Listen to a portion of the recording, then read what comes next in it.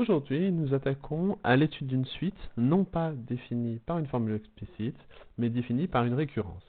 Comment nous pouvons remarquer ça?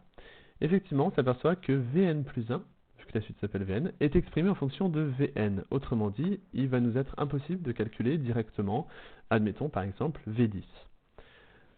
Deuxième remarque, vous pouvez voir que n appartenant à n étoiles. Autrement dit, le premier terme, il est toujours précisé, en l'occurrence, il s'agit de V1 qui vaut 3/2.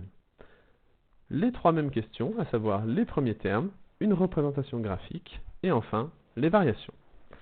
Donc, en ce qui concerne les premiers termes. Alors, donc le premier terme, nous allons quand même le noter, puisqu'il s'agit de V1 qui vaut, bien entendu, 3/2.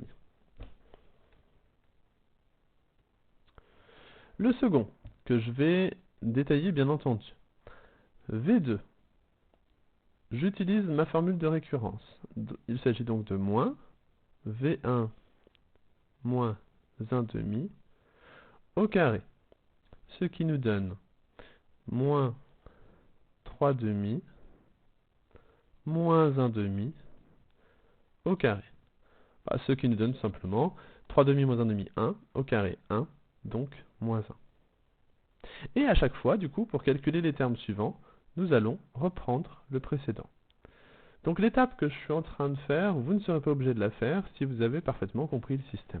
Toutefois, pour l'intérêt de cette vidéo, je vais effectivement détailler un peu plus V3. Donc même principe qu'au-dessus, V3 c'est moins V2 moins 1/2 au carré. Ce qui nous donne, donc là on va faire le calcul directement, moins 1 moins 1/2, donc moins 3/2, au carré 9 quarts, donc moins 9 quarts. Et par contre, pour le dernier, on va aller un petit peu plus vite. Je vous rappelle que vous pouvez utiliser votre calculatrice à cet égard.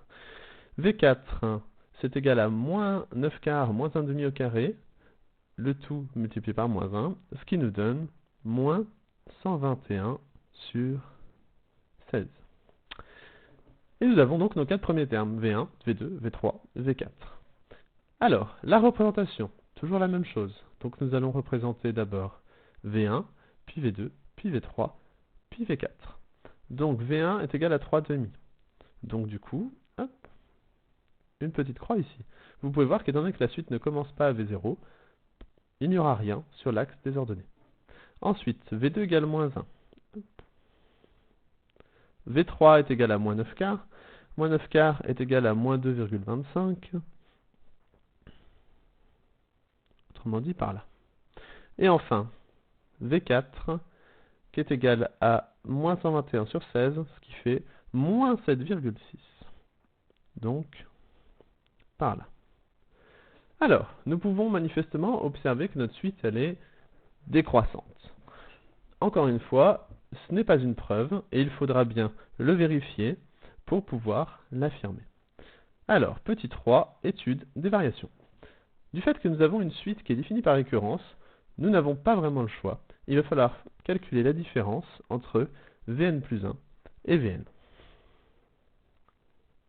Donc, Vn plus 1 moins Vn est égal. Alors, Vn plus 1 est donné dans l'énoncé, donc ça donne moins Vn moins 1/2 au carré moins Vn. Alors, donc là, il va falloir développer cette identité remarquable. Donc, moins Vn au carré, moins 2 fois Vn fois 1/2, ça nous donne tout simplement Vn, plus le carré de 1/2, à savoir 1 quart. Le tout, moins Vn.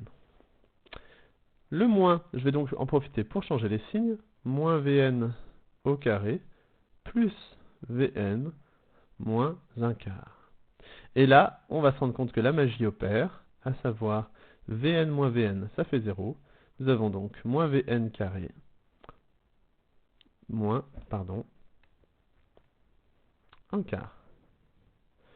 Je vais factoriser par le moins, ce qui, entre nous, ne change pas grand-chose, mais qui fait peut-être apparaître plus clairement notre résultat. 1 carré est positif, donc 1 carré plus 1 quart est strictement positif. Du fait que nous avons un moins en facteur, Vn plus 1 moins Vn est strictement négatif. Donc, notre hypothèse est vérifiée, à savoir, notre suite Vn est décroissante. Et attention, elle n'est pas décroissante sur n, elle est décroissante sur n étoiles, ou aussi on pourrait mettre pour tout n supérieur strictement à 0. Merci à vous.